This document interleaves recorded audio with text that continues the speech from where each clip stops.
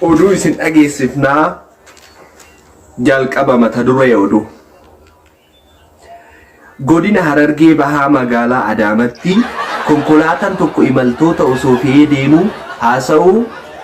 fe'ee deemuu haasa'uu qorataa yakkaa obbo Hinsarmuu Hindidee ibsaniira. Itti dabaluunis obbo Hinsarmuun akka jedhanitti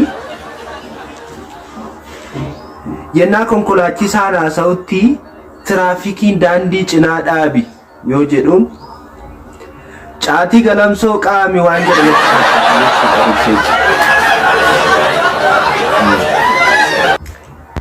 Oduu itti aanu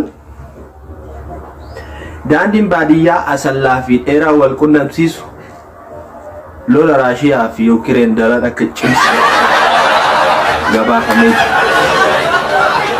Itti dabaluunis jiraattonni akka jedhanitti daandichi lola addunyaa ja'affaafis dhimma akka itti ba'amu gabaafamee jira. Gara oduu itti aanutti isin dabarsina.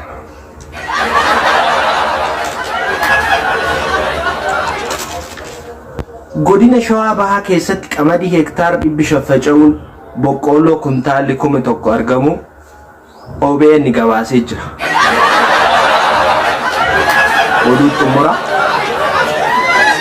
bishaan garmalee dhuguun gatii zayitaa dachaan akka dabalu taasisu namicha ani beeku tokko natti hime.